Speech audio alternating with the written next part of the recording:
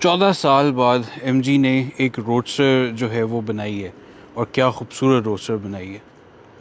इसका नाम है साइबरस्टर और ये कंप्लीट ईवी है। इसमें दो वर्जन आते हैं और जो हमारे सामने ये दोनों जो हैं these are all wheel drive, और इसके अंदर एक रेयर व्हील ड्राइव वर्जन भी आता है। ऑल व्हील ड्राइव वर्जन जो है वो 725 न्यूटन मीटर ऑफ टॉर्क और 510 हॉर्स पावर जो है वो प्रोड्यूस करता है।